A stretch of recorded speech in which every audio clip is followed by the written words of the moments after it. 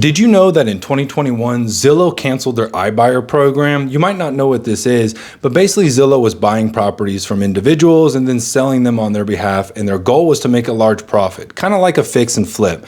However, this program failed ultimately because of the, let's say, less than accurate Zillow Zestimates. Now, this cost the company almost $1.5 billion. I say $1.5 billion because it sounds better than 1.4, but it was right in between 1.4 and 1.5, so we're gonna round up to make it sound more dramatic. And they laid off about 25% of their employees.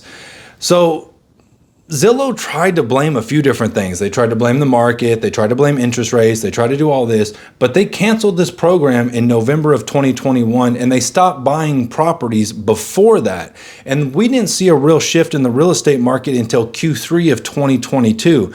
So ultimately the failure of this program came down to the fact of their algorithm wasn't very accurate and it really doesn't give a true depiction of a property's value.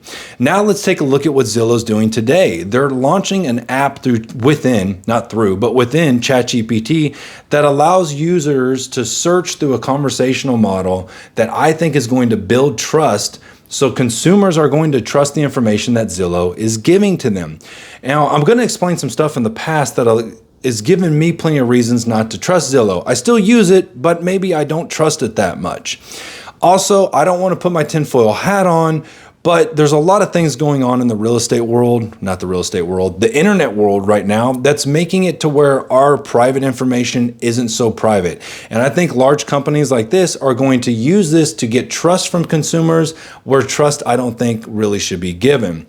And to understand my concerns a little bit more, let's take a look at Zillow's early years. Now, they made most of their money through realtors. Agents would pay Zillow for like a specific zip code and they would get calls on it. There would be the main face on the listing, whether it was their listing or another agent's listing. Zillow crammed as many agents they could into this program where ultimately it wasn't a model they could grow on anymore. And they kind of screwed real estate agents over. Well, once that model started to fail, the business couldn't build through that metric, if you will. So they had to go and explore other options. Now, they did a few different things before they ultimately landed on the iBuyer program.